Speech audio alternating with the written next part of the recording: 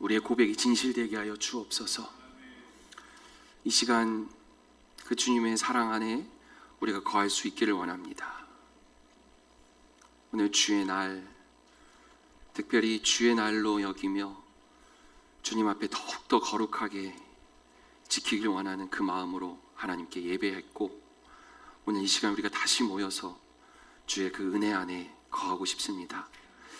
하나님, 우리의 심령 가운데 위로의 말씀 주시고 용기의 은혜 주셔서 하나님, 우리가 용기 있게 이 세상 가운데 살아갈 수 있는, 그래서 한 해를 정말 승리하며 살아갈 수 있는 축복을 허락하여 주시옵소서.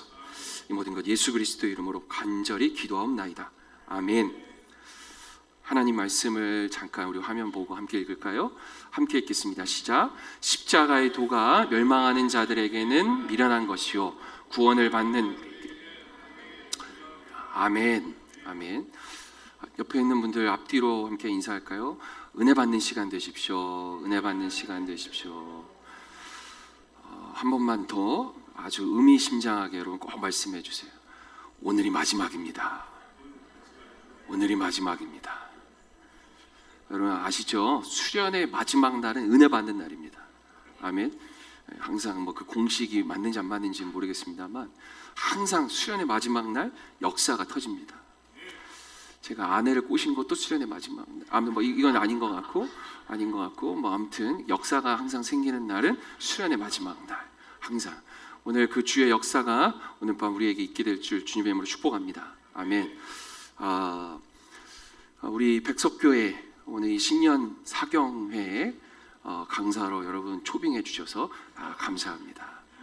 너무 뻔뻔스럽습니까?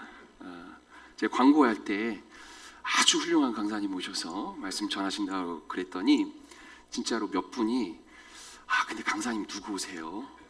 그때 정말 제가 겸연쩍은 그 웃음을 지으며 담임 목사입니다. 이러기가 참 쑥스러웠지만 사실 이제 부흥회 또는 이런 여러 가지 집회를 할 때 좋은 강사님 정말 모셔서 말씀의 은혜를 나눌 수 있도록 잘 이렇게 디자인하는 것도 담임 목사 역할입니다.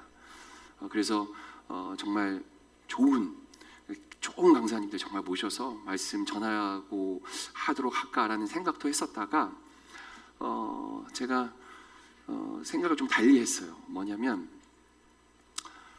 제가 먼저 좀 은혜를 더 이 안에 좀 머무를 수 있는 시간이 돼야겠다라는 생각을 했어요. 그래서 사실 솔직히 말씀드리면 안 하면 편합니다.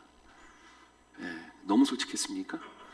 여러분 피곤하시잖아요. 오늘 주일 특히 이제 예배 다 마치고 봉사하고 헌신하고 자 그러셨다가 저녁에 다시 모여서 예배하는 이 시간, 이 모임하는 이 자리에 나오기까지 피곤하고 좀 이런 마음이 있었겠지만 그럼에도 불구하고 이 자리에 나오신 이유는 하나님께서 우리에게 영적인 축복과 그리고 우리에게 주신 차고 넘치게 주신 그 은혜가 우리에게 있을 것이라는 그 기대감으로 이 자리에 온 줄 믿습니다. 아멘. 그래서 저도 그 마음으로 설교를 준비하는 시간이 좀 고되고 목사님 뭐 그냥 그 대충 그 깔 거 뭐 이렇게 하는 거 아닙니까? 절대 그렇지 않아요. 여러분 그렇지 않습니다. 특히 이번 같은 경우에는 제가 조금 좀 더 어려웠어요. 왜 그러냐면 고린도전서 1장 18절 말씀 이거 하나 가지고 제가 지금 이 주제 딱 한 말씀 가지고 4흘을 지금 진행을 하는 거고 말씀을 계속 전하는 거고 그리고 사실 오늘 주일 말씀 여러분 다 들었지만 이 주일 말씀도 오늘 그 이 사경회 연속선상에서 계속 말씀을 선포했습니다.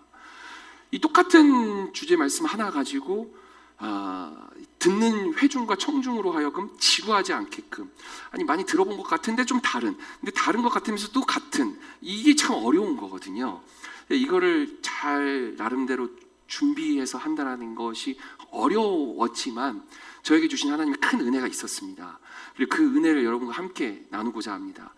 오늘 특별히 2025년도 우리의 이 주제, 우리 교회의 표어 다시 복음 앞에라고 하는 이 표어가 우리의 정말 이 기초를, 우리의 신앙의 기초를 다시 한번 다지는데 저는 정말 중요하다라고 생각합니다.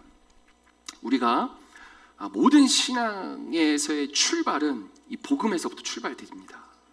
우리 신앙의 모든 고백이 이 복음에서부터 출발됩니다. 그래서 이 복음을 우리는 다 알죠. 지식적으로 우리가 다 알고 있는 이 복음이지만 이것을 우리가 얼마나 깊이 있게 정말로 깨닫고 살아가는가, 이 복음이 정말로 나에게 있어서 진짜 복음이 되어지는가, 이것이 우리 신앙의 삶에 있어서의 질이 완전히 달라지는, 천지가 개벽되어지는 순간이 바로 이 복음 앞에 설 때입니다. 그래서 우리가 25년 한 해를 우리가 출발하지만 저는 사실 이런 생각을 했습니다. 제 목회 경험에 있어서 전 처음이에요. 여러분도 처음이시잖아요. 김경민 목사가 담임 목사로 있는 게 처음이지 않습니까? 저도 여러분과 함께 신앙의 여정 가운데 담임 목회를 하는 이 시간이 처음이에요. 이 처음 시작하는 이 마음 가운데 저는 첫 마음, 복음 앞에 첫 섰던 그 감동과 그 감격이 우리에게 다시금 불일 일어나길 소망합니다. 우리 아까 찬양 고백했지만 정말 다시 복음 앞에 섰었던 그 감동과 그 감격이 우리 앞에 다시금 나타날 수 있기를 원합니다. 여러분 아시겠지만 여러분 담임 목사는 참 훌륭한 사람이에요. 죄송해요. 여러분 그렇죠. 우리 형제님 담임 목사님 어떠신지 모르겠습니다만, 참고로 모르시는 분들 있으시면 우리 교회 아니에요. 우리 성도 아니에요. 그러니까 오해하지 마세요. 백석교회 담임 목사님은 훌륭한 목사입니다. 아멘. 그냥 이렇게 믿으세요. 아멘. 뭐 사실이고 아닌 건 중요하지 않습니다. 그냥 믿으시길 바랍니다. 나름 성실하게 목회하려고 하는 사람이다 보고, 그리고 제가 갖고 있는 달란트로 외부 사역을 좀 이렇게 진행하는 것들이 있는데, 특별히 인문학 강의나 이런 부분도 좀 이렇게 요청이 됐을 때 많이 나갑니다. 신학은 사실 인문학의 한 부류입니다. 그래서 사람들이 사실 초청할 때 제가 목사인 걸 모르고 얘기할 때가 있어요. 초청할 때가 있어요. 철학 박사 학위를 갖고 있거든요, 사실은. 그렇기 때문에 그냥 어떤 인문학 강의에 초청을 할 때 제가 갖고 있는 신학적 베이스를 전혀 모르고 초청할 때가 있어요. 그런데 저는 그 안에 복음을 선포합니다. 근데 그 복음을 선포할 때, 그 말씀을 들을 때 이 사람들이 이게 설교예요, 아니면 뭐 강의요, 헷갈려요. 잠깐 헷갈려요. 근데 그 말의 이 모든 것들 속에는 사실 사랑, 복음, 이런 것들이 굉장히 녹아져서 이야기를 하는데요. 그 가운데 첫 서두에 항상 많은 이들에게 질문하는 첫 서두에 이 화두를 던지는 질문이 바로 뭐냐면, 나는 누구인가에 대한 질문입니다. 여러분은 누구십니까? 라고 하는 질문을 던져요. 이 철학적 용어로 인식론적 질문이라고 하거든요. 철학적 인식론. 내가 어떤 존재이냐, 내가 어떤 존재로서 인식하고 살아가느냐를 당신은 어떻게 인식하고 있습니까? 를 묻는 질문입니다. 여러분 각자가 생각하시는 나는 누구인가 라고 하는 그 질문 앞에 여러분 뭐라고 대답하실까요? 아실지 모르겠지만 정채봉 작가라고 하는 분이 있어요. 정채봉 작가가 쓴 날고 있는 새는 걱정할 틈이 없다라고 하는 책이 있습니다. 저도 얼마 전에 알았으니까 여러분 당연히 모르실 거라 생각을 합니다만 한번 읽어보시면 좋겠다 싶어요. 이 책에서 이런 이야기가 나와요. 제가 발췌해서 읽어드리겠습니다. 그녀는 차를 타고 갔다. 그런데 갑자기 뒤에서 큰 화물 트럭이 덮쳤다. 그 순간 그녀는 모든 것이 아득해졌다. 그리고 누군가로부터 질문을 받았다. 너는 누구인가? 나는 나의 이름과 주민번호 그리고 주소를 말했다. 다시 소리가 들렸다. 사회에서의 분류 형식을 나는 묻지 않았다. 너는 누구인가를 내가 물었다. 그녀는 다시 대답했다. 네, 저는 사장의 부인입니다. 직원들이나 주위 사람들은 저를 사모님이라고 부릅니다. 그러자 다시 답이 들려왔다. 나는 누구의 부인이냐고 묻지 않았다. 너는 누구이냐? 네, 저는 일남 일녀의 어머니입니다. 그리고요, 이 딸 아이는요, 피아노를 아주 잘 칩니다. 음악 콩쿠르에서 상을 받기도 했습니다. 나는 누구의 어머니냐고 묻지 않았다. 너는 누구냐? 저는요, 교회를 다니는 성도입니다. 그리고 직분은 집사입니다. 성가대로 봉사도 하고 있습니다. 나는 너의 직분을 묻지 않았다. 너는 누구냐? 그녀는 응급실에서 깨어나면서 중얼거리고 있었다. 내가 누구인지 좀 가르쳐 주세요. 내가 누구인지 좀 알려주세요. 여기까지입니다. 여러분은 누구십니까? 이 문제는 사실 철학적 인식론에 대한 질문이라고 아까 말씀드렸죠. 나 자신이 누구인지를 안다면, 내가 누구인지를 아는 그 인식이 나의 행동을 촉발시키고 움직이는 것이라고 하는 그 사실 때문에 내가 누구인가를 안다라고 하는 것은 매우 중요합니다. 우리 스스로 나 자신에 대한 존재를 알아가는 노력도 필요합니다. 그런데 우리는 성경의 진리임을 믿고 살아가는 사람들입니다.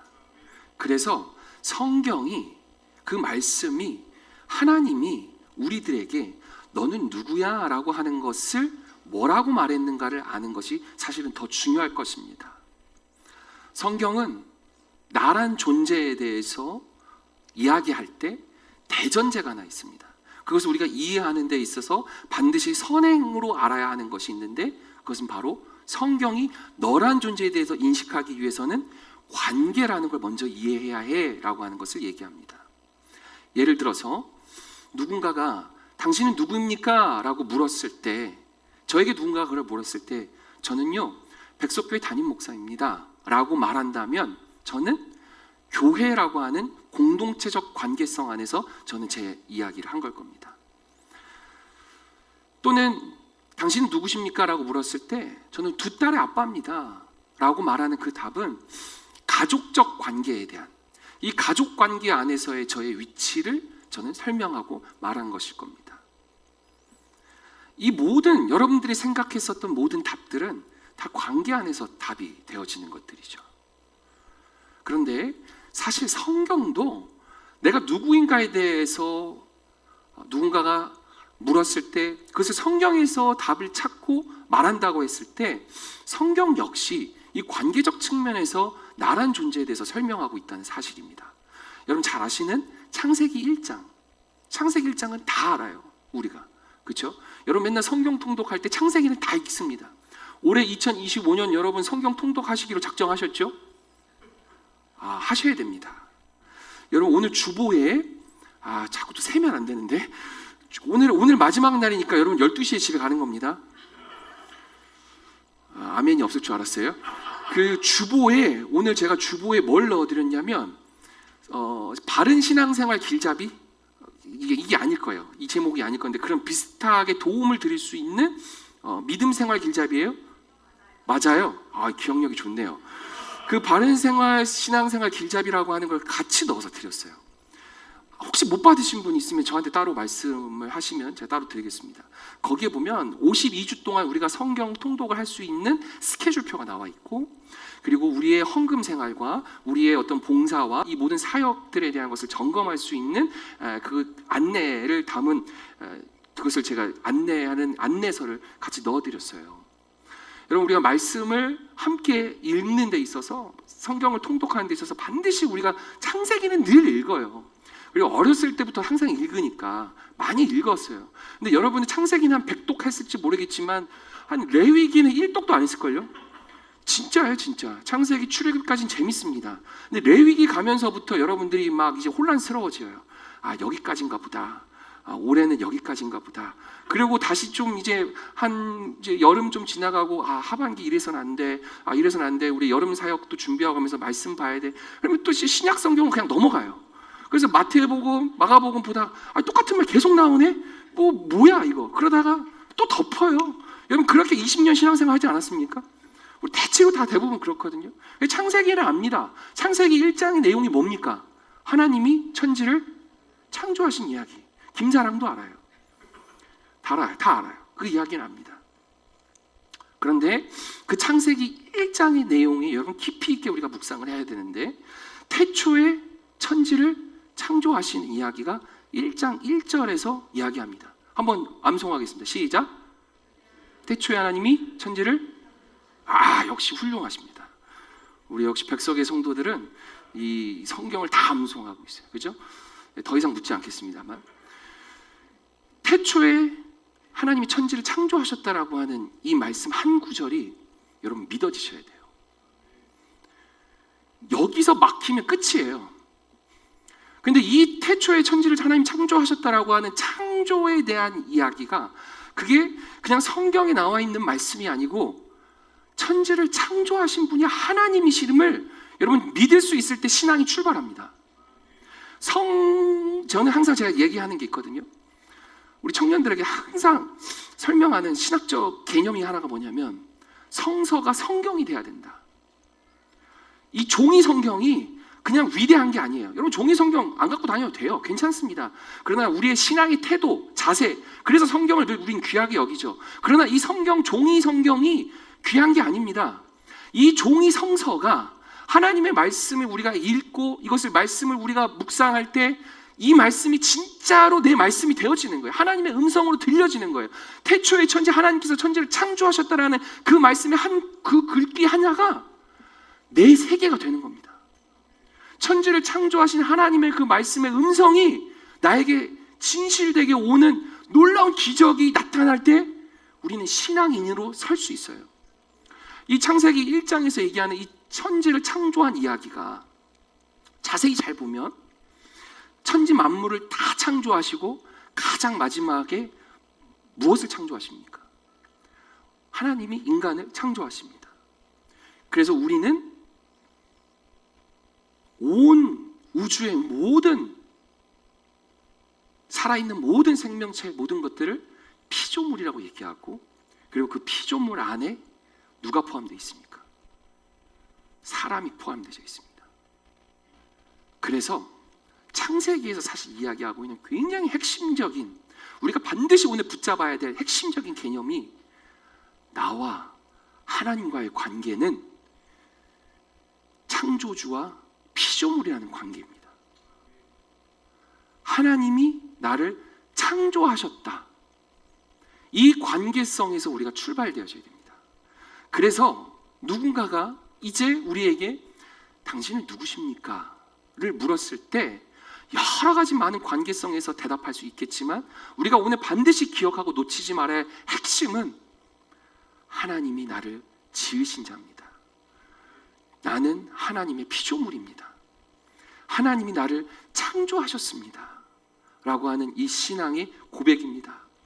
우리가 무심히 그냥 듣고 흘렸던 이 피조물이라고 하는 이 개념은 사실 엄청난 뜻이 담겨져 있죠. 우리 인간은, 우리 모두는 하나님의 피조물이라고 하는 사실, 이것이 뭐가 그리 대단하냐? 우리는 우리 스스로 태어난 게 아닙니다. 어쩌다가 엄마 아빠가 잘못해서 우리가 태어난 게 결코 아니에요. 어쩌다가 그냥 우리가 불쑥 나타난 존재가 아니라 하나님이 계획하시고, 성경의 말을 빌려 쓸게요. 만세 전에 우리를 예정하셔서 우리를 이 땅으로 창조하셨습니다. 우리가 고백하는 신앙 고백이에요. 하나님이 우리를 계획하시고 창조하셨다는 사실. 그래서 우리는 피조물이라는 이야기를 할 수 있습니다. 그래서 우리는 창조된, created being, 창조된 존재라고 하는 거예요. 이 진리는 우리와 하나님과의 관계성에 대해서 설명해주고 있는 아주 핵심적인 개념입니다. 피조물. 그러니까 이제부터는 하나님 나를 창조하셨지, 그냥 우리 무심코 지나가는 그 말이 아니라 하나님이 계획하심에 따라서 우리를 창조하셨다라고 하는 이 놀라운 사실이 우리에게 조금은 다르게 받아들여질 수 있었으면 좋겠습니다. 왜 그러냐 하면 내 존재 의미, 내가 지금 숨쉬고 살아가고 있는 이 존재됨, 그리고 하나님이 나를 창조하신 창조 목적, 내가 이곳에서 지금 숨쉬고 있는 이 존재 가치, 이 모든 것들이 창조주 하나님과의 관계 안에서 해석될 때 비로소 참 의미가 있다는 사실이에요. 여러분, 지금 우리가 이렇게 모여서 예배하고 있는 우리 이 공동체가 하나님께서 우리를 만드시고 우리를 이곳에서 불러주신 하나님의 공동체인 줄 믿습니다. 그러면 우리의 모임이, 우리의 이 예배 공동체가, 이 교회 공동체가 추구하고 물어야 되는 지점은 무엇이겠습니까? 왜 하나님이 백석교회로 부르셨냐는 거예요. 그 의미를 알아야 된다는 겁니다. 이걸 우리 개인적인 질문으로 돌려보면 내가 숨쉬고 살아가고 있는 이 존재됨, 나는 누구이냐라고 하는 존재, 이것을 알기 위해서는 하나님이 나를 왜 창조하셨을까? 하나님이 나를 왜 만드셨을까? 하나님이 지금 2025년도에 왜 숨쉬고 살아갈 수 있게끔 하시는 것일까? 라고 하는 질문을 우리가 할 때, 거기에 바로 우리가 집중되어질 수 있을 때 참 이유와 목적을, 우리의 진짜 존재됨의 그 근원을 알 수 있다라고 하는 사실 때문에 그렇습니다. 우리가 하나님으로부터 창조되었다는 말의 의미는 창조주의 분명한 창조 목적이 있다라고 하는 사실이에요. 여러분, 하나님이 여러분들을 사랑하셔서 하나님이 여러분을 통해서 이루시고자 하시는 하나님의 놀라운 뜻이 있습니다. 그 계획하신 바가 있습니다. 이번 2025년 우리가 한 해를 살아가면서 하나님이 나를 왜 창조하셨는가? 하나님이 우리 교회를 통해서 이루고자 하시는 하나님의 뜻이 무엇인가? 이 목적에 우리가 조금 더 집중할 수 있을 때 우리는 참 행복한 한 해를 보낼 수 있습니다. 왜 그러냐 하면 창조주의 그 목적을 우리가 알고 그 목적에 따라 살아가는 것이 참 행복인 것임을 우리가 알기 때문에 그렇습니다. 예를 들어볼까요? 우리가 아무 하나님과의 관계가 없이 살아가는 그 삶이라고 한다라고 하는 것은 나의 참된 자아를 알아가는 것이 불가능하기 때문에 그렇습니다. 의미가 없어요. 하나님께서 우리에게 많은 것을 허락하셨습니다. 여러분, 가정이 있고 가족이 있고 또 교회 공동체가 있고 직장도 있고, 그 모든 존재됨에 대한 그 가치를 하나님과의 관계성 가운데서 우리가 파악하고 이해할 수 있을 때, 여러분, 그 모든 것들이 다 의미가 있어요. 창조주의 창조됨의 그 의미를 우리가 알아야 됩니다. 성경은 우리에게 말해주고 있습니다. 왜 하나님이 우리를 창조했을까라고 하는 그 질문에 대해서 성경은 사실 답하고 있죠. 여러분, 혹시 아십니까? 사람은 왜 창조됐어요? 이거는 기초 신앙 교리를 배우신 분들은 다 알고 계셔야 될 답입니다. 김정우 청년은 반드시 기억해야 됩니다. 세례 교육 때 했던 거예요. 세례 반납시켜야 됩니다.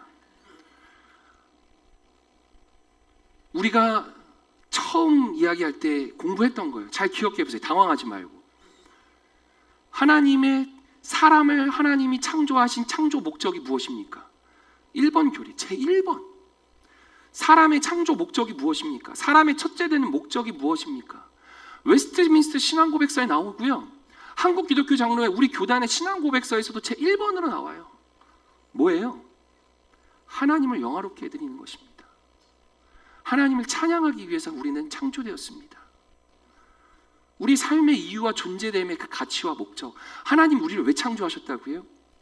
하나님을 영화롭게 해드리기 위해서, 하나님을 찬양하기. 정우 생각나요? 알고 있었죠?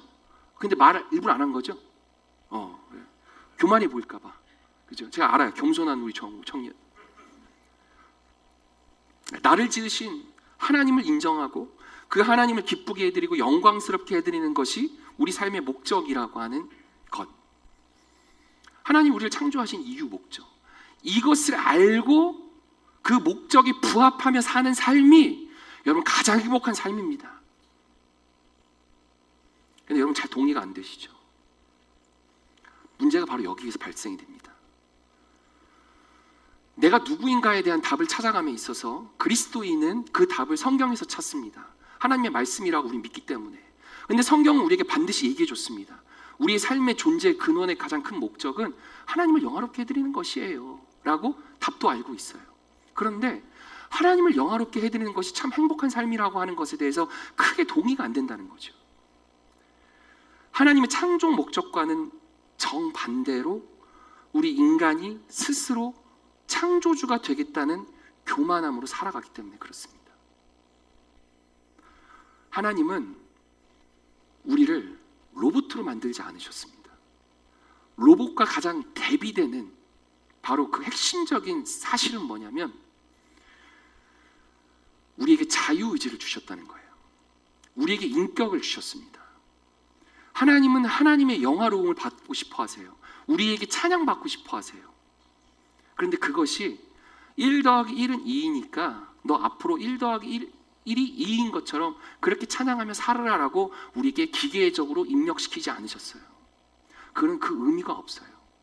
그런데 하나님 우리에게 자유의지를 주시면서 너에 대한 진실된 마음으로, 너에 대한 진실된 신앙의 고백으로 찬양하길 원해.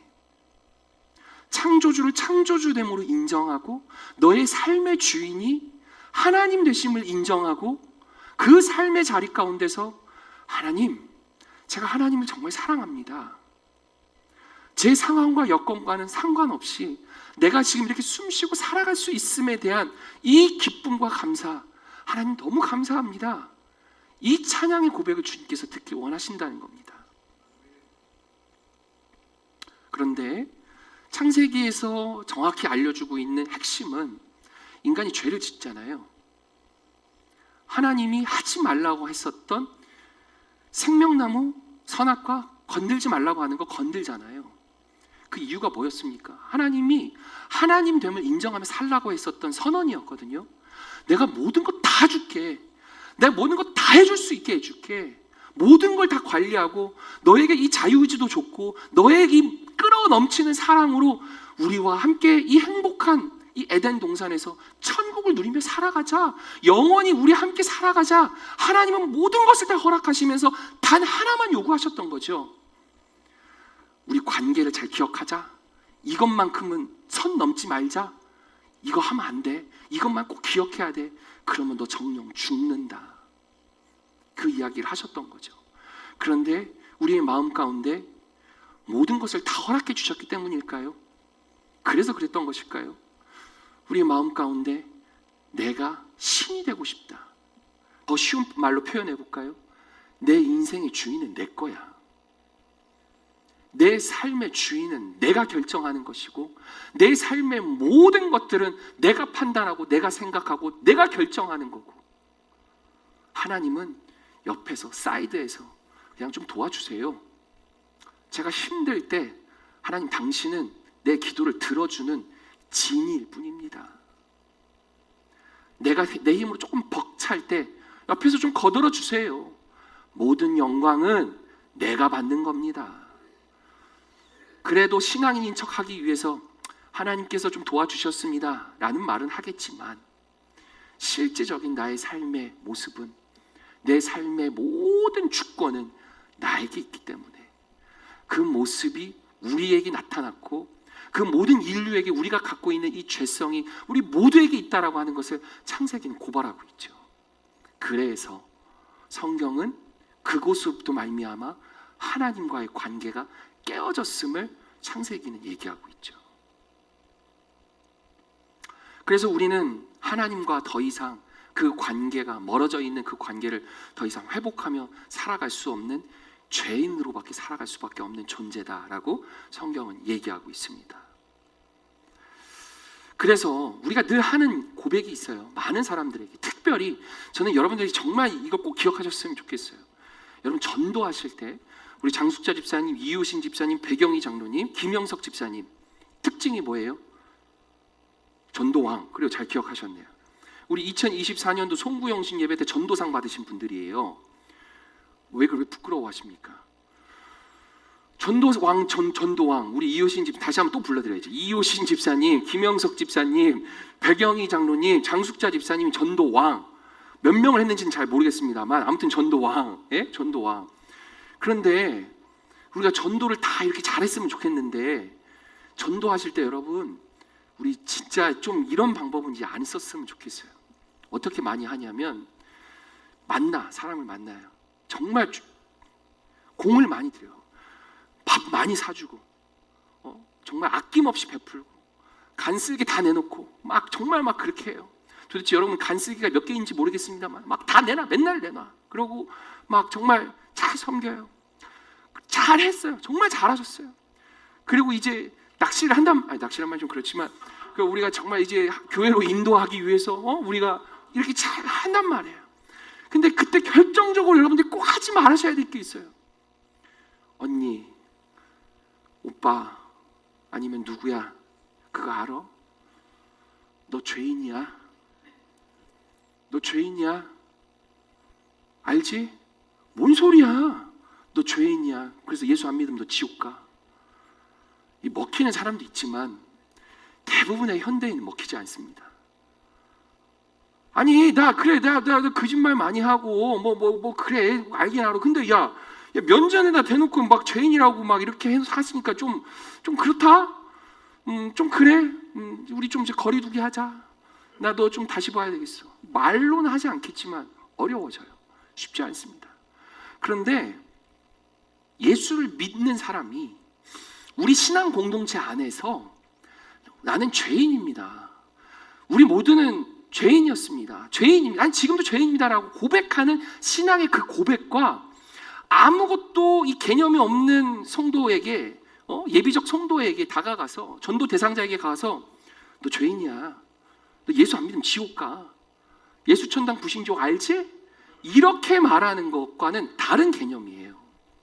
우리가 여러분 잘 기억하셨으면 좋겠습니다.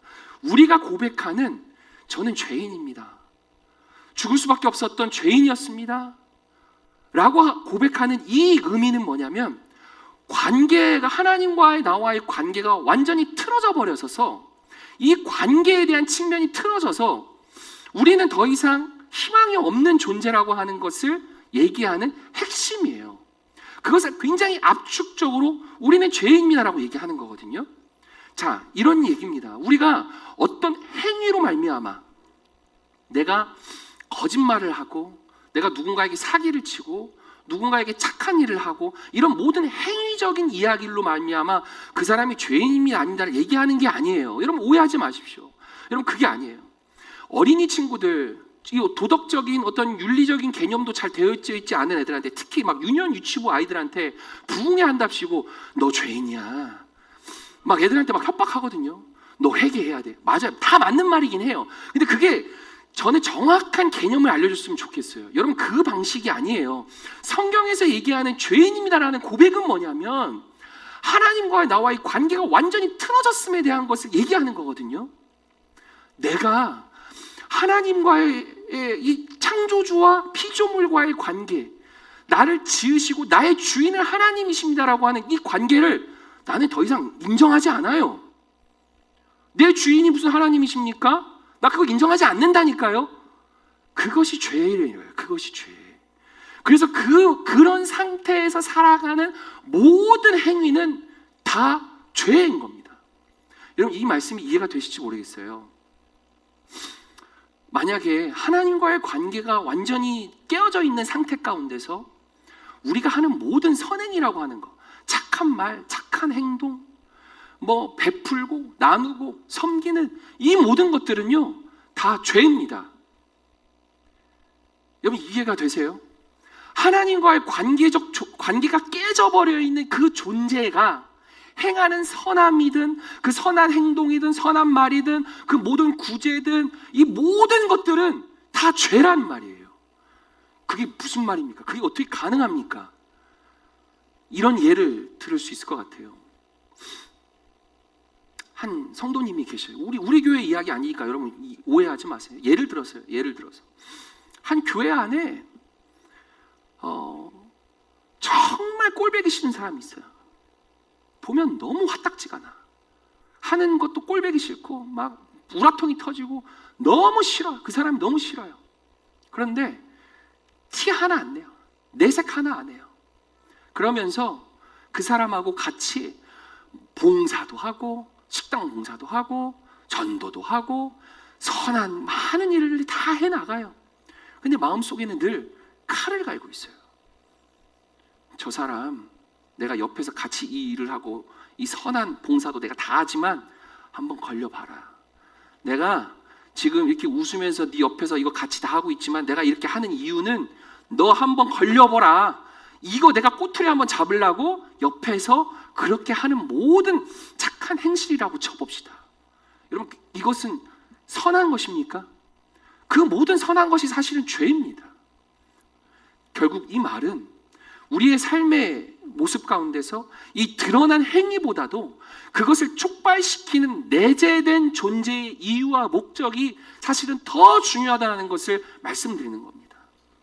하나님과의 관계가 다 깨어져 버린 상태 가운데서 착한 일 많이 할 수 있다니까요. 선한 일 많이 할 수 있어요. 봉사 많이 할 수 있어요. 정말 좋은 일 많이 해요. 세상에 그런 사람들 너무 많아요.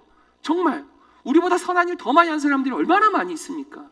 그런데 이 하나님과의 존재가 관계가 깨어져 있는 그 상태 가운데서 하는 그 모든 것들은 결국은 그 모든 종착점이 자신을 위한 것밖에 안 되기 때문에 그렇습니다. 내 명예를 높이기 위해서, 내가 많은 사람들에게 인정받기 위해서, 너 참 잘한다, 너 참 착한 사람이구나, 너 참 멋있는 사람이구나, 당신 능력 참 좋아요. 그 중심에는 하나님과의 관계가 이미 깨어져 버렸기 때문에, 아니 창조주 하나님이라는 이 자체가 없기 때문에 오로지 그 모든 행위들은 다 죄밖에 되지 않는다는 겁니다. 그래서 우리에게 절실히 필요한 것은 하나님과의 관계의 회복인 겁니다. 우리의 어떤 선한 행실도 아니고, 우리의 어떤 착한 어떤 이런 모습들이 아니고, 우리 그리스도인들에게 있어서의 가장 먼저 선행되어야 될 가장 기본, 그리고 신앙인으로서의 갖춰야 할 정말 태도, 이것은 바로 하나님과의 관계의 회복인 거예요.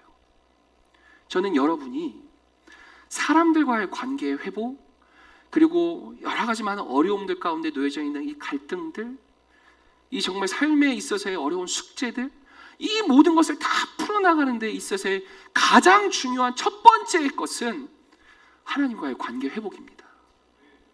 그런데 감사하게도 우리가 하나님께서 우리를 찾아와 주셔서 우리를 화목하게 해주셨습니다.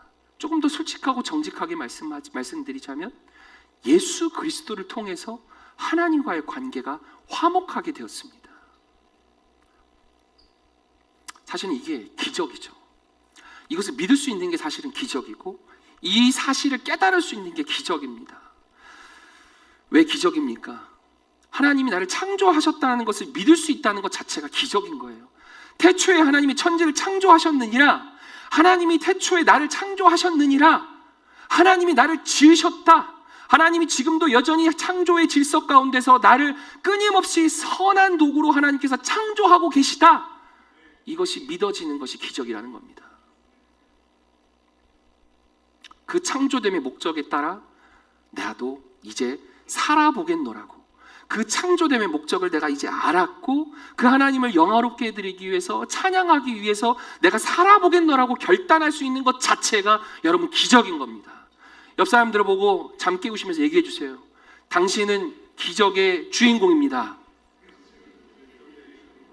아멘. 아멘. 여러분, 오늘 이 자리에 함께 예배하는 여러분은 하나님의 그 창조의 놀라운 기적의 주인공입니다. 아멘. 하나님이 우리를 포기하지 않으시고, 우리의 그 인간의 그 교만함에도 불구하고 우리를 포기하지 않는 그 사랑으로 그 아들 예수를 우리에게 주셨기에 우리는 하나님과 다시 화목하게 되어졌습니다. 그래서 우리는 그것을 기적이라고 말할 수 있습니다. 왜 기적입니까? 이건 기적이 아니고서는 설명할 수가 없어요. 우리 인간의 생각과 우리 인간의 윤리적인 입장과 생각으로 봤을 때는 도저히 이해가 될 수 없어요. 그냥 우리의 생각으로 판단해 보시죠. 다 줬어요. 다 존재에서부터, 그냥 너가 태어난 그 존재, 생명에서부터 너가 갖고 살아가는 그 모든 것들을 하나도 부족하지 않게 다 줬어요.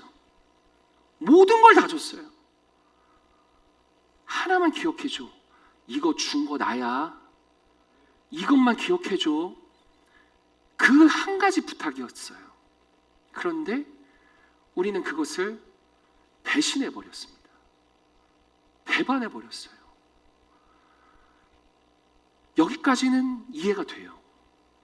그런데 그 배신한 존재를, 그 배반한 존재를 구원하기 위해서, 다시 살려보기 위해서 자기 아들을 주셨어요. 자기 아들을 희생 제물로 피 흘려 죽였어요. 그리고 우리를 다시 살렸습니다. 여러분, 이게 말이 되냐고요. 이게 기적이 아니고서는 어떻게 우리가 이것을 이해할 수 있겠습니까? 그래서 우리는 이 놀라운 기적이 정말 기적으로서 우리가 받아들이고 정말 하나님의 놀라운 은혜입니다. 그 예수 그리스도로 말미암아 하나님과의 완전히 끊어졌었던 관계가 다시 화목하게 되어졌습니다. 이것이 복음입니다. 그래서 우리는 더 이상 관계에서 멀어져 있는 죄인으로서의 자리가 아니라, 지금은 우리가 그래서 죄인으로 살아가는 것이 아니라 용서받은 사람으로서 살아갈 수 있게 되어지는 것입니다. 그래서 우리는 더 이상 죄인이 아니고 우리는 의인이라고 고백하는 것이죠. 하나님께서 우리를 화목하게 해주시는 바로 그 사랑으로 말미암아 그렇습니다. 여러분, 금요일, 토요일, 주일, 사실 이 복음에 대해서 계속 설명하고 계속 이야기하고 있어요. 그 이유는 굉장히 클래식한 이 개념, 교리적 설명이고, 그 교리적 설명을 저는 이것이 너무너무나 중요한 우리의 신앙의 기초와 토대라고 저는 믿기에, 우리가 2025년 한 해를 시작하며 있어서 이 토대 위에서, 이 신앙의 토대 위에서, 이 신앙의 본질 위에서 우리가 출발해야 되기에 이것을 계속해서 반복하고 말씀드리고 있습니다. 여러분, 반드시 여러분의 가슴 속에, 머릿속에 이걸 꼭 기억했으면 좋겠어요. 목사님 다 알아요, 이게 아니고, 여러분, 그 알고 있는 복음이 내 가슴 속에서 진실되게 하여 주옵소서. 이 복음이 정말로 살아서 생동감 있게 작동되게 하여 주시옵소서. 그래서 2025년 우리 교회의 표어가 다시 복음 앞에 서는 겁니다. 머리로 지식적으로 다 안다니까요. 여러분, 그게 바로 교만이라고요. 그게 하나님의 말씀 내가 다 안다고요. 알긴 뭘 합니까? 머리에 있는 것이 가슴 속에 아는 것이 아는 겁니다. 가장 오래 걸린대잖아요. 우리의 머릿속에 아는 것이 평생을 우리가 살아가면서 우리의 신앙의 여정의 삶의 자리 가운데서 이 영성의 훈련이 가장 오래 걸린대요. 여러분, 복음이 복음되어지게 여러분들의 삶의 자리 가운데서 살아 움직일 수 있기를 주의 이름으로 축복합니다. 우리가 복음을 이해하는 데 있어서 내가 죄인이었다는 사실을 인정하는 것만큼 이 복음의 깊이와 너비를 크고 정말 넓게 이해할 수 있는 가장 큰, 그리고 가장 빠른 효과적인 방법이 없습니다. 그래서 말씀드리는 거예요. 우리가 어떤 존재였는가, 그리고 지금은 어떤 존재인가. 여러분, 이것을 우리가 반드시 이해하고 알 수 있을 때 복음은 정말 힘있고, 정말 복음은 정말 진실되게 우리에게 작동될 수 있습니다. 사랑하는 성도 여러분, 우리가 다시 복음으로 돌아갈 때, 복음의 진수를 제대로 느낄 수 있을 때 우리는 승리할 수 있습니다. 사도 바울 아시죠? 고린도전서 1장 18절, 오늘 우리가 읽은 말씀의 저자이기도 합니다. 고린도 교회에게 보낸 편지, 고린도전서. 그런데 편지가 두 개가 있어요. 뭐예요, 뭡니까? 전서와 후서죠. 전서와 후서. 똑같은 고린도 교회에 보낸 편지이긴 한데, 이 고린도전서를 쓸 때 당시는 정말로 바울이 정말 사랑하는 고린도 교회 성도들에게 전하는 이 마음을 담아서 쓴 편지입니다. 그런데 그 교회의 상황이 어떤 상황이었냐면, 편지를 썼다라고 하는 건 고린도 교회에 사도 바울이 있지 않았을 때라는 얘기죠. 에베소 교회에서 있을 때였는데, 자신이 목회를 하고 참 고린도에 있는 그 교회를 개척하고 참 많은 변화가 일어나고 많은 성도들이 회심하고 하나님의 영광을 드러내며 아름다운 교회로 세워놓고 에베소에서 또다시 하나님의 말씀을 전하고 이렇게 하는 그 과정 가운데서 소식을 듣게 돼요. 교회가 문제가 생겼습니다. 교회가 문제가 생겼습니다. 이 이야기를 합니다. 고린도 전후서에서 나타나는 고린도 교회의 가장 큰 문제가 뭐였냐면 교회의 분열이었습니다. 그리고 영적 타락이었습니다.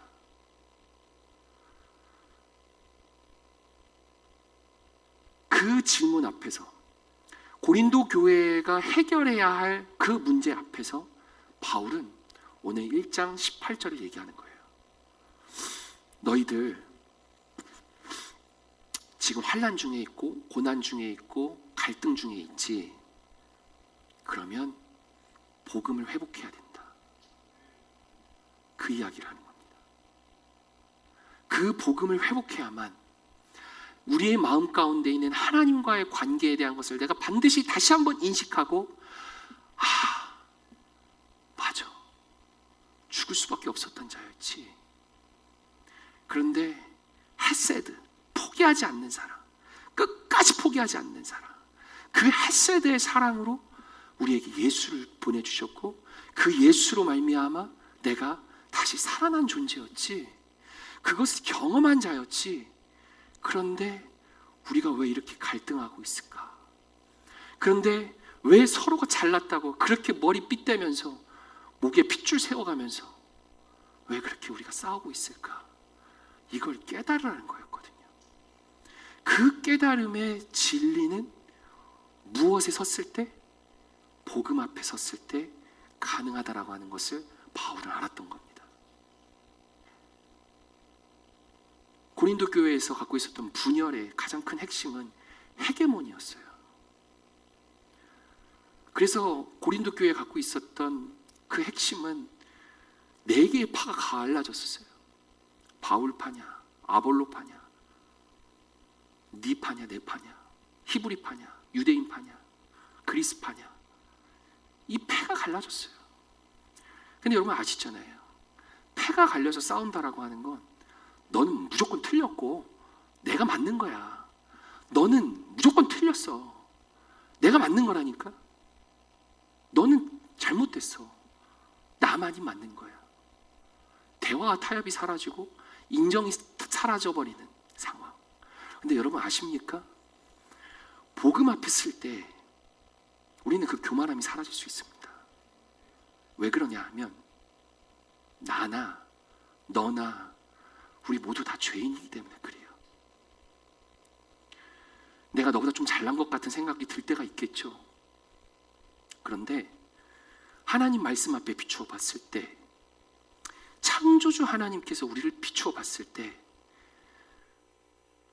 속된 말로 도낀 객낀이라는 거예요.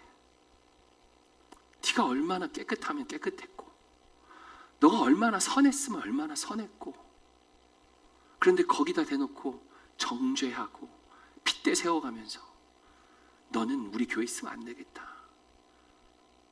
너는 아니다. 어찌 이것이 가능하겠습니까? 어찌 이러한 모습이 나타날 수 있겠습니까? 제가 목회를 하면서, 목회를 얼마나 했다고, 그죠? 제가 정말 여러분 기도해 주셔야 되는 게 뭐냐면 교만함이 찾아올 때가 있어요. 그 교만함이 뭐냐면, 목사는 가르치는 자가 맞습니다. 그런데 하나님의 말씀을, 진리를 가르치는 자가 맞긴 한데 교만해질 때가 있더라고요. 우리 성도들이 모른다. 그러니까 내가 갖고 있는 권위로 눌러야 된다. 분명하고 확실하게 눌러서 가르쳐야 된다. 이것이 제 마음 안에 작동될 때가 있어요. 저나 여러분이나 똑같은 사람들이고 똑같은 하나님 말씀에 비추어 봤을 때 무엇 하나 나는 게 전혀 없는 사람인데 제가 복음의 능력을 상실해 버리니까, 그것이 내 안에서 작동되지 않으니까 그런 교만함이 또 우리 안에 불쑥불쑥 찾아오는 거예요. 저는 하나님 앞에 기도합니다. 그리고 여러분 기도해 주십시오. 우리가 복음 앞에 쓴다라고 하는 건 내가 저 사람을 압제하는 것이 아니라 십자가의 도를 따르는 것, 다시 말해 사랑의 힘으로 섬기는 것입니다. 그것이 바로 오늘 우리가 성경이 말하는 하나님의 능력이에요. 세상에 있는 사람들은 그 십자가의 도를 오늘 말씀처럼 멸망하는 자들의 모습처럼 보이는 거고, 그것이 잘못된 것이라고 사람들은 이야기할 겁니다. 세상에서 말하는 굉장히 좋은 지도자는요, 카리스마 있고 어떤 정말 권위를 가지고 강력한 카리스마를 가지고 이끌어가는 모습이죠.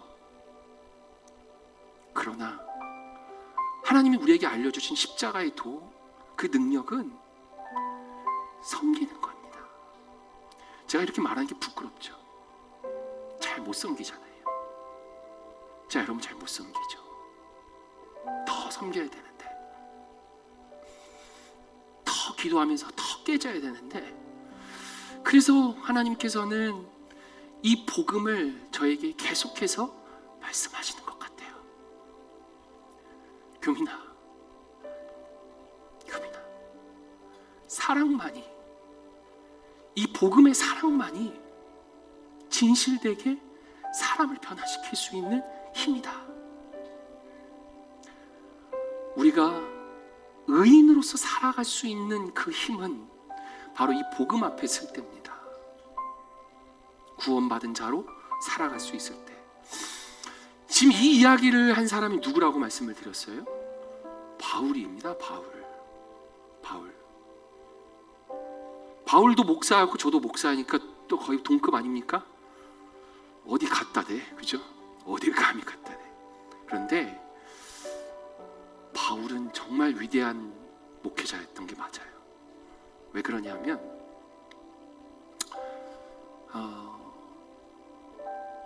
오늘 이 배경이 되는 고린도 교회에게 정말 사랑의 마음을 담아서 권면하는 거잖아요. 그 갈등 속에 있는 교회를 향해서 더 이상 그러면 안 됩니다. 우리가 십자가의 능력을 회복해서 하나님의 능력으로 이 교회를 세워야 됩니다 라고 지금 말하고 있잖아요. 근데 이 말하고 있는 대상이 누군지 아세요? 바울에게 손가락질했던 사람들이에요. 아까 말씀드렸잖아요. 바울파가 있었고 아볼로파가 있었고 게바파가 있었고 파들이 다 나눠져 있었어요. 그래서 바울한테, 심지어 바울한테 나 너 목사로 인정 안 해. 너 사도성? 어디 네가 무슨 사도야. 여러분, 그게 고린도전 후서에서 엄청 강하게 나타나요. 당신 네가 무슨 사도입니까? 사도성 없잖아요. 당신 오히려 예수를 죽이려고 했었던 자 아닙니까? 예수 믿는 자 핍박하던 자 아닙니까? 당신이 어떻게 지금 예수를 입에 담고 네가 무슨 권위로 어떻게 지금 목회를 한다고 지금 우리 앞에 나타났습니까? 그렇게 비난하던 자들이었어요. 그런데 그 자들 앞에서 십자가의 도를 얘기합니다. 그리고 그들을 위해서 선교하고 목회하면서 목숨을 걸었어요.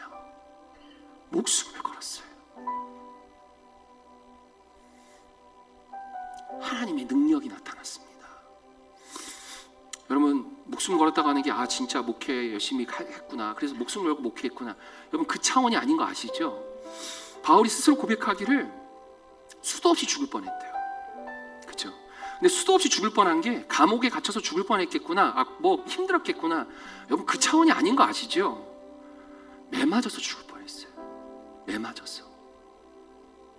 문헌에 의하면 매를 때리는 게, 교민이 너 안 되겠다, 너 매 좀 맞아야겠다, 종아리 걷어, 여러분 그런 매가 아니고 사람을 앞에다가 눕혀놓고 제 키만한 매를, 두 사람이 들만한 매를 가지고 있는 힘껏 때리는 게 매예요. 그래서 죽어요. 실제로 많이 죽었어요. 바울이 그렇게 매를 맞으며 전한 게 사랑입니다. 그게 십자가의 길이에요. 그리고 그들을 향해서 그렇게 죽을 고비를 넘기면서 그들을 향해서 말했었던, 그들이 누굽니까? 자신을 비난했던 자들입니다. 그들의 사도성, 목사의 권위도 인정하지 않았던 그들에게 목숨 걸고 그 매 맞아가면서 복음을 전했다니까요. 이 하나님의 말씀을 전했다는 거예요. 그게 저는 하나님의 능력이라고 믿습니다. 사실 전 두렵습니다. 하나님이 만약에 너 그런 목사 되라고 한다면 저는 그렇게 매 맞으면서 목사 못할 것 같거든요. 살려주세요, 살려주세요. 전 못하겠습니다. 그런데 우리가 믿는 하나님의 능력이 있는 게 뭐냐면, 그 십자가의 도, 이 십자가의 길을 우리가 뚜벅뚜벅 걸어나갈 때 하나님이 나를 구원하시기 위해서 자신의 아들을 죽기까지 나를 구원해 주셨다라고 하는 그 감사와 감격이 정말로 내 안에 정말 사무쳐서 그것으로 하여금 목숨 걸고 내가 목회할 수 있겠다, 그것 때문에 내가 정말 살아갈 수 있겠다, 그 일을 나아갈 수 있겠다, 그것이 하나님께서 주시는 능력이라는 거예요. 여러분, 그래서 저는 우리 사랑하는 성도님들이 제가 정말 간절하게 부탁하고 요청드리고 원하는 게 뭐냐면, 이 감사와 감격이 회복되는 거예요. 여러분, 제발 목사가 억지로 겉면해서 2025년에 사역을 감당하지 않기를 원합니다. 여러분께 억지로 여러분 교회 오셔야 됩니다. 여러분 예배하셔야 됩니다. 여러분 구역 잘 모여야 됩니다. 우리가 그렇게 하지 않을 수 있으려면, 우리가 그런 모습이 더 이상 사라질 수 있다라고 하는 것은 복음의 능력이 다시 살아날 때, 이 복음의 능력이 우리 안에 정말로 살아날 때, 내가 정말 죽을 수밖에 없었던 나를 정말 그 예수로 말미암아 자신의 아들을 죽이면서까지 나를 구원해 주셨다라고 하는 그 일이 어떻게 가능할 수 있었을까? 이것이 믿어지기 시작할 때 나 목숨 한번 걸어보고 싶어요. 하나님이 나를 창조하신 그 창조 목적을 나 이제 좀 알 것 같아요. 아, 그 사랑의 하나님, 나도 그 사랑의 하나님을 섬기면서 그 하나님을 기쁘게 해드리기 위해서 그 하나님이 우리 교회를 통해서 일하시고자 하시는 그 마음이 있다면 한번 나 해보고 싶어요. 나 한번 진짜 몸을 다해서 내가 갖고 있는 달란트를 다 쏟아 부어서 한번 살아보고 싶어요. 이 마음이 우리 안에 작동되어지기 시작할 때 그것이 바로 하나님의 능력인 것입니다. 바로 그 힘이 우리에게 있을 때 우리는 2025년을 정말 승리하며 살아갈 수 있다고 전 확신합니다. 믿습니다. 왜 그런지 아세요? 저는 그렇게 능력 있는 사람이 아닌데 그 능력, 그 하나님의 능력으로 저는 이 자리에 서 있습니다. 아시죠? 저 평생 운동만 하던 사람이었어요. 그런데 예수 만나고 제가 부귀와 명예와 권세를 위해서 앞으로 부귀와 명예와 권세를 위해서 살아가겠노라고 운동도 했고 또 다른 꿈을 꿨었고 그렇게 살아가던 사람이 예수 만나고 이 복음 앞에 내가 서서 처음으로 복음 앞에 맞닥뜨리고 하나님 제가 하나님을 위해 살아가겠습니다. 주를 위해 살아가겠습니다. 나의 달려갈 길과 주 예수께 받은 사명, 그 사명을 내가 다하기까지 나의 생명을 조금 더 귀한 것으로 여기지 아니하겠노라. 그 말씀이 나에게 주신 그 말씀으로 내가 고백하며 저의 삶이 완전히 바뀌었어요. 그리고 전 공부했어요. 그리고 공부를 마쳤고 목사가 됐어요. 그리고 그 사랑을 잘 전하기 위해 저는 나름대로 성실하게 공부하고 성실하게 설교를 준비합니다. 제 힘이 아니라 이 복음의 능력 때문에, 이 복음의 힘 때문에, 그 힘으로 말미암아 제가 이 자리에 서 있고 살아가고 있습니다. 그리고 목회하고 있습니다. 여러분, 제가 만난 이 복음을 여러분 함께 공유할 수 있길 원합니다.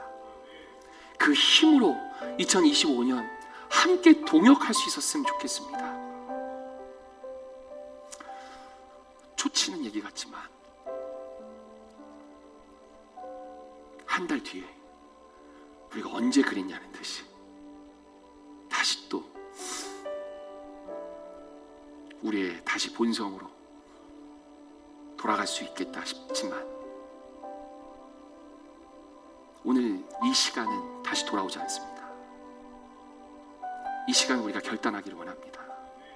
그리고 이 시간 우리의 마음 가운데 이 복음이, 하나님의 이 생명이 다시금 살아나는 그 놀라운 경험이 우리에게 있길 원합니다. 다시 돌아가겠지만, 어느 정도 돌아갈 수 있겠지만 변하지 않고 돌아가지 않는 가장 궁극적인 변화되지 않는 것 하나가 있어요. 여러분, 이것 때문에 우리가 계속해서 도전할 수 있거든요. 그게 뭔지 아세요? 우리의 신분입니다. 여러분 이제 죄인이 아니에요. 우린 이제 과거의 사람이 아닙니다. 이 복음으로 말미암아 우리는 새 사람이 되었고 의인이 되었습니다. 예수 그리스도의 십자가의 대속의 죽음으로 말미암아 우리에게 새 생명을 주셨습니다. 그리고 새 생명의 그 능력에 우리가 힘입어 살아갈 때 우리는 계속해서 도전할 수 있을 겁니다. 그리고 그 신분, 변화된 신분, 이것은 결코 다시 돌아갈 수 없습니다. 예수의 피값으로 우리에게 생명을 주셨기 때문에 그렇습니다. 우리는 돌아갈 수 없습니다. 우리의 신분은 더 이상 돌아갈 수 없습니다. 그래서 우리는 그것을 붙잡고 올 한 해 우리는 끝까지 포기하지 않고 좌절하지 않고 실망하지 않고 다시금 일어나서 우리는 전진할 겁니다. 그리고 또 전진할 겁니다. 넘어질 수 있겠지만 일어설 겁니다. 좌절할 수 있고 실망할 수 있겠지만 포기하지 않을 겁니다. 우리는 하나님께서 의롭다 칭해 주신 의인이기 때문에 그렇습니다. 그리고 하나님이 우리를 포기하지 않기 때문에 그렇습니다. 내가 포기할 수 있겠다 할 수 있겠지만 하나님은 우리를 결코 포기하지 않으실 겁니다. 하나님은 우리를 그리스도의 사랑으로 우리를 끝까지 붙잡고 계시기 때문에 그렇습니다. 그 예수 그리스도를 붙잡고 우리가 살아가는 그 한, 우리가 예수에게 관계되어져 있는 그 한, 우리는 승리합니다.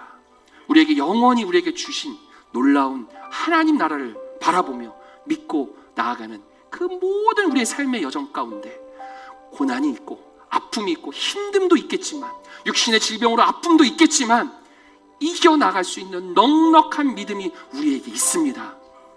우리의 신분이 변했으니까요. 예수로 말미암아 우리가 구원받았으니까요. 그래서 여러분, 우리 동역하는 우리 모든 사역자들 포기하지 마십시오. 하나님의 말씀 앞에, 복음 앞에 서 나가는 2025년의 한 해가 될 수 있기를 주의 이름으로 축복합니다. 이 시간 우리 함께 찬양하고 결단하도록 하겠습니다. 말씀 앞에서 우리 함께 찬양하도록 하겠습니다.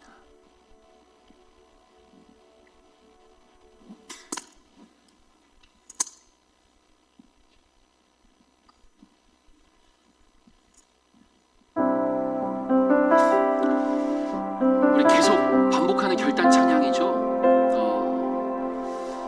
진실되게 고백했으면 좋겠습니다. 우리가 오늘 말씀 앞에 섰는데 이 말씀이 우리 가운데 찾아와 주셨는데 이 하나님의 말씀으로 하여금 내가 정말 결단합니다. 이 말씀이 2025년 한 해가 정말 나를 새롭게 하시는 그 하나님의 놀라운 능력이 되기를 원합니다. 이 우리 고백을 담아서 우리가 이 시간 함께 찬양하기 원합니다.